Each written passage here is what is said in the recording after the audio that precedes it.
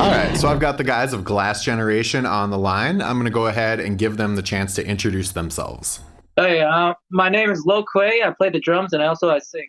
My name is Yu Ching Mello, and I'm the guitarist. I'm Stephen Kennedy. I play bass and I do some vocals as well. Excellent. So I always like to kind of start in the beginning with these interviews and find out, how you guys first got in touch with music and what about it was important to you enough to really want to, pursue a life and career within music. I'm gonna start first. This is Lo Kuei, by the way. So me and Yu Ching were brothers. So, and our dad is actually really into like classic rock, classic music, jazz, actually most types of music basically. And he actually really likes to work into stereo and stuff as well. And the first band I heard was probably Led Zeppelin, and that's how I kind of got into drums because I just freaking loved John Bonham, like how solid, how powerful he was, and I just loved the drum parts for Led Zeppelin songs. And so I was thinking, I really want to play those. I want to play the drums. And so so my mom and dad signed me up for lessons when I was about like 4 or 5, and from there, that's about it. And in high school, I started to sing because I joined the choir, and then I learned a little bit of vocal technique and stuff, and that's kind of how I got into singing. And eventually, I combined them both, and now I can just drum and sing. Awesome. And that's what I do now. Very cool. Okay, so I'm Yu Ching, and I started from a young age as well. When my mom used to play like piano music for me when I was young, and she would often do it to put me to sleep or something. And I was very interested in playing with the piano at a young age. Eventually, this developed into actually learning piano and then learning another instrument, which was guitar. And over the years, I learned some guitar, not a whole lot, but I figured out a lot of other things along the way. And basically, that's where I am now. Cool. I'm still learning, I'm still playing, and I think I'm doing pretty well. And as for me, kind of like the same with these guys, like I got really immersed in like music at a very young age. A family member of mine, I think it's like my great uncle, he's Johnny Powers. He's a old like rockabilly singer. So when I was young and I was able to go to concerts, they would take me to wherever he was playing around LA. I love the just kind of like the whole energy of live music. And then when I got into middle school, I got really into like Green Day, Blink-182, bands like that. And they really I just loved the way that like they just like picked up the instrument and they wanted to play like as hard as they could, as fast as they could, and just like all around like have fun with it. And then that just kind of inspired me to pick up the bass, pick up a guitar, and just kind of see what I can come up with if I play like fast, if I play slow, just kind of different shit I can do. Sure. Okay. My next question is, it's kind of an obvious question, but I like to ask it just to like kind of get a good sense. How important would you say that your musical influences are in the way that you approach music? Oh, I know, like, just speaking for me, like, they're extremely important because it's like all like they were all like I listened to really, and they were the reasons why like I wanted to write music, I wanted to play music. So it's almost like when I write music, I almost write it like it's like, oh, maybe like this would probably be like something that Green Day would write, but also not Green Day, or like something that Blink would write, but also not Blink. Mm-hmm. Yeah. So basically most of like my chops are just like watch and learn. Like wow, that dude just did like something amazing on the drums. I kind of want to learn that. I really want to learn that. I want to be able to do that as well. And then there's once you learn those like fundamental things, and then some more of the advanced things, you start going on and becoming and start creating like your own kind of techniques, chops, and yeah, you start creating new things by yourself. Hmm. And so I'd say those influences were very important in like my education and eventually leading to creating better, newer stuff. Well, I think a lot of the influence that I have is probably from listening to music, but not just that, but listening to like newer music or well things that family members or friends would introduce me to, and a lot of it comes from basically curiosity and trying to experiment with new sounds more than trying to take influence from music. Sure. And so, in the time that it took you to learn your instruments, and while you were looking forward to eventually getting into music at large, how many bands do you think you guys have been through members of before you kind of all came together? I started around like middle school. We started doing like talent shows. I kind of just found more people that were like had similar interests, like rock, punk, grunge, that kind of stuff. And we kind of just started our own kind of ensemble, joined a talent show, and played a few songs. It never really got really serious. Only after high school, but then it would get like pretty serious. Then we started playing real shows, and then writing our own songs and booking and all that stuff. Mm-hmm. This is actually the first time I actually played guitar live on stage, because before I was actually a pianist, and yeah, kind of the situation in our band kind of forced me into the guitarist role. Like piano does usually plays by themselves. Yeah. They can usually do their own concerts. Mm-hmm. Yeah, so I'm pretty used to playing by myself. Playing with a band is definitely interesting. But yeah, I've had some times where I played with other people, but those occasions are pretty rare. Other than that, I haven't really had experience playing with other people. Okay. I tried to. Sorry. No, that's fine. Go ahead. Oh, it's my bad. No, I was just gonna say, like, I tried forming a band like in middle school with like a bunch of my friends who just so happen to be musicians as well, but it kind of sucked because they were more in love with the idea of like saying we're a band, but they never wanted to like get out of the practice room and try to play a show or even like write an original song. So it was just kind of dead in the water.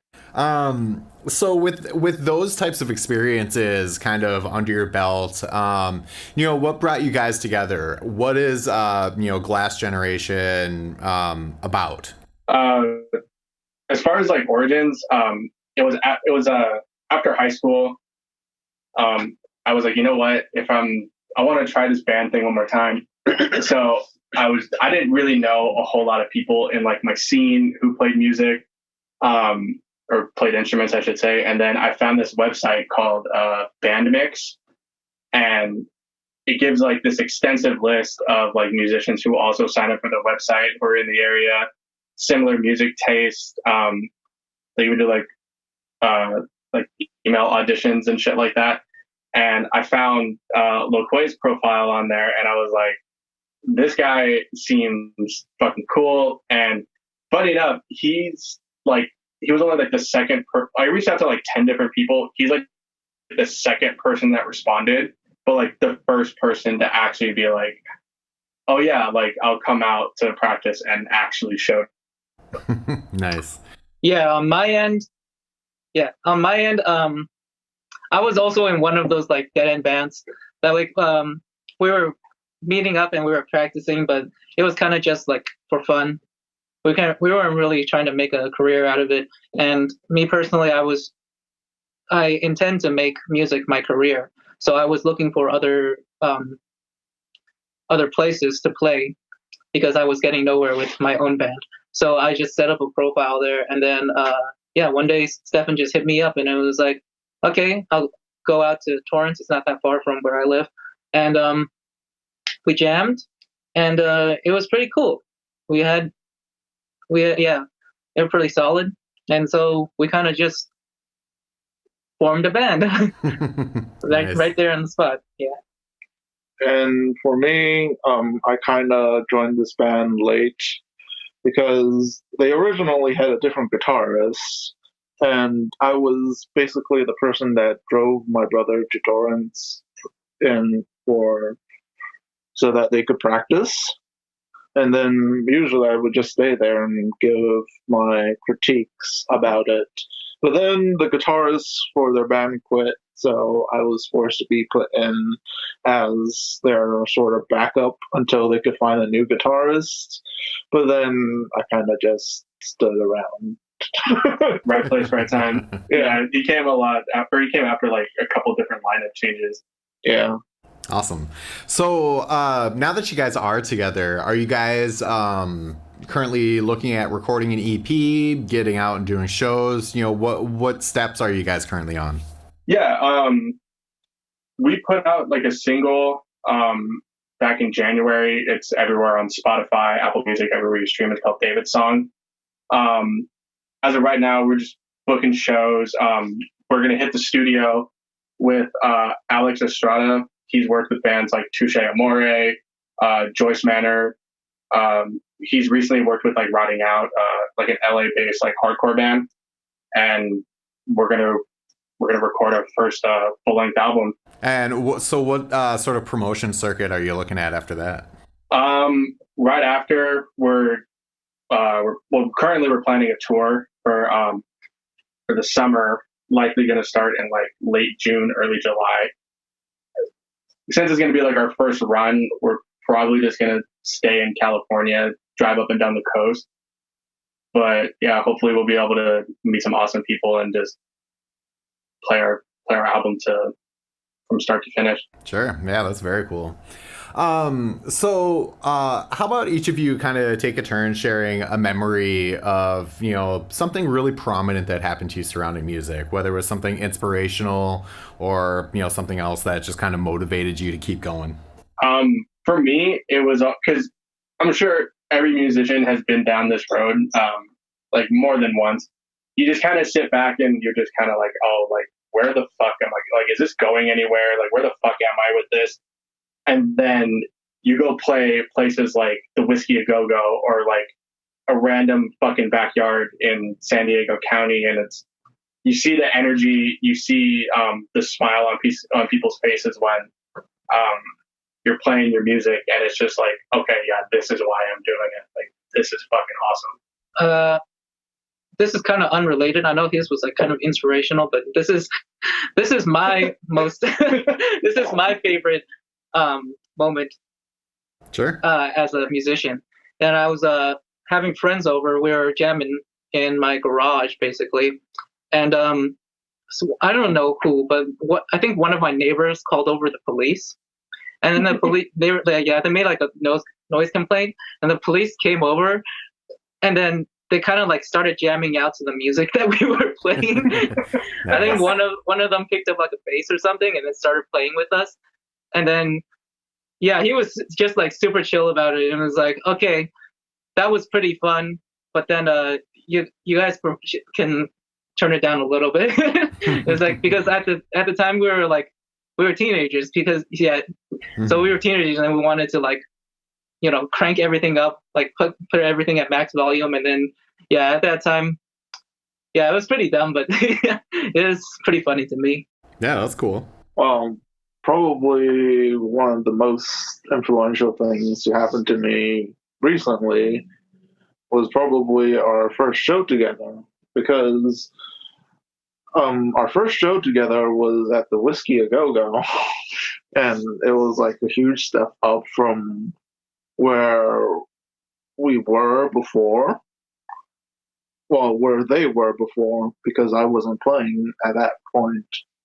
And I felt like so much pressure and so much need to do good that it had a huge impact on me and on how I thought of where I was going.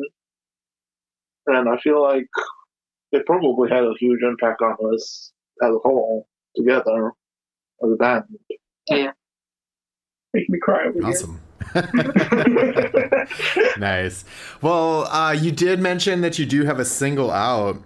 Where can people check you out and click on your faces and find you and listen to you? Oh yeah, as far as streaming goes, we're on every single streaming service. We're on Amazon Music, Apple Music, Spotify, everywhere. Our main form of social media right now is probably Instagram. Yeah, It's just the Glass Gen Band. yeah, Glass Gen Band. Yeah, just one word, Glass Gen Band. We're also on like Facebook, Twitter, and TikTok. The usernames are the same, Glass Gen Band. Yeah, but those only have like 2 followers. Okay.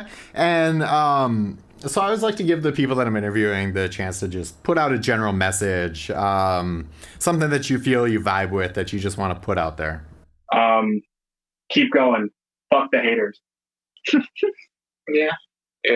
That's all it really is. I mean, accept that it's gonna be hard. I think that's the main message I would say, is like, accept that you're gonna fail a lot of times, and then you should learn from those times. But it's gonna be hard. Just accept it and deal with it, basically, and you'll feel a lot better after it. Go where you fall.